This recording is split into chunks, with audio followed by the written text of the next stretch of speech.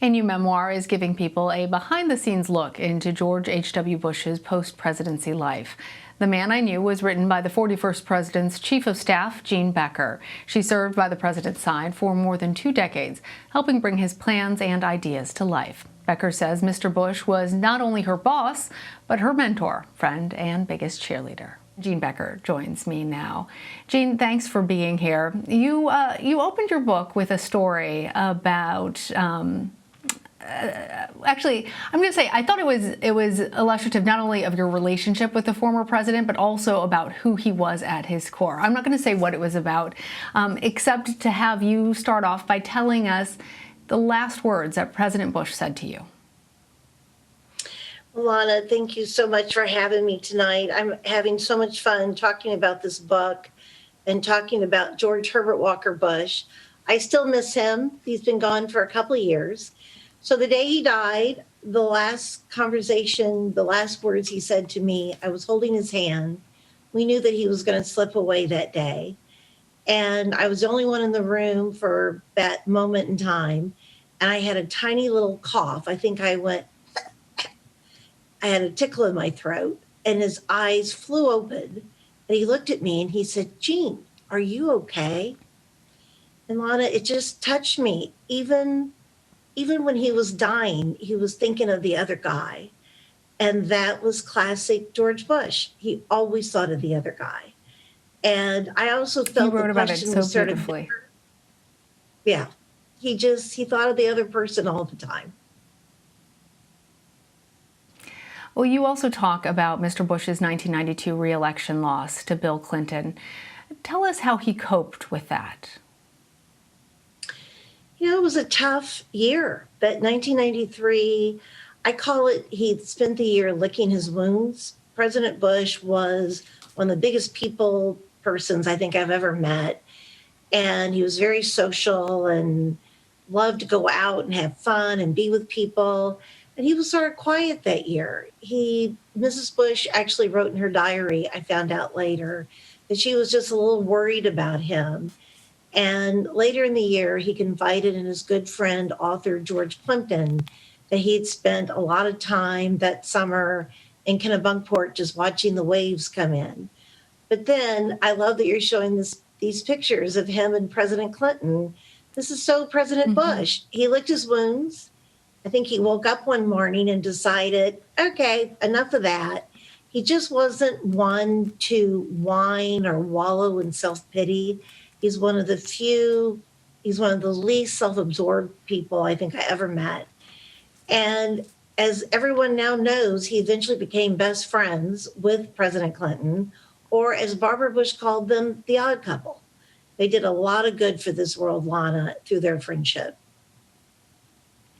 Jean, I have to say, it's so refreshing when reading your book to hear about politicians transcending their party lines. And you really describe a gentleman as well as a statesman. There's a chapter in The Man I Knew that was dedicated to the life lessons learned from Mr. and Mrs. Bush. Would you share some of the most important things that you learned during your time working with the former president? No, there's so many. I love that question because I learned so much from them. That's why I made an entire chapter in the book. And certainly one of them was the lesson I learned watching him in 1993. President Bush actually wrote a list of 10 pieces of advice for young people that I put in the book. And I'm just going to read the first one. They're all great pieces of advice. We all need to follow these. But his first one, Lana, was, don't get down when your life takes a bad turn. Out of adversity comes challenge and often success. This is a man who had a lot of speed bumps in his life.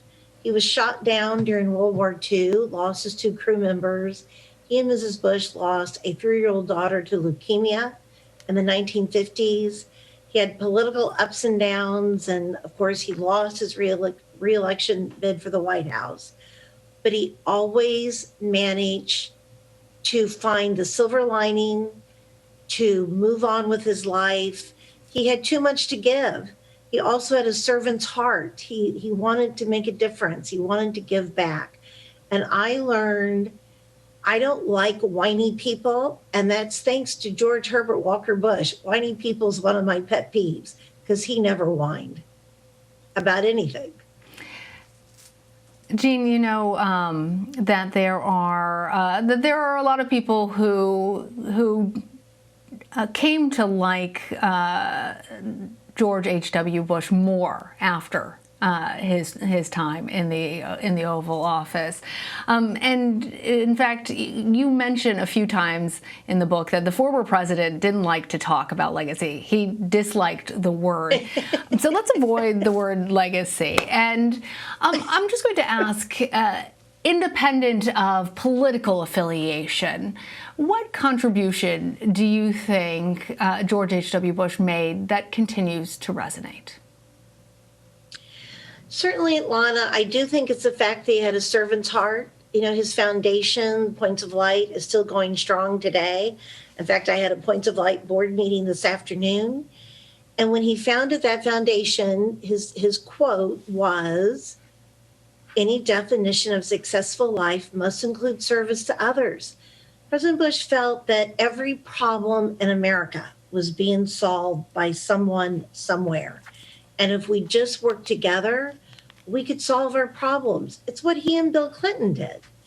And I really think that is his greatest legacy. He had this ability to find the good in everybody. He had the ability to find common ground with everybody. And as a result, he raised hundreds of millions of dollars for cancer research, for disaster relief, for volunteerism. Mrs. Bush, of course, raised money for literacy.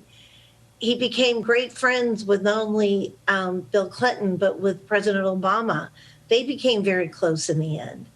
One of the reasons I wrote the book, Lana, was not only because I had so many funny stories to tell. The book is going to make you laugh. But he really left us a blueprint on how to live life. You know, sometimes when someone dies, someone distinguished, and they'll say on TV, it was a life well lived. Well, if you want that to be said about you when you die, read the book. He left us a set of instructions and on how to live a life of joy, of substance, of principle. The man I knew, such an intimate portrait. Jean Becker, thank you. Thank you, Lana. Thank you for having me. It means everything.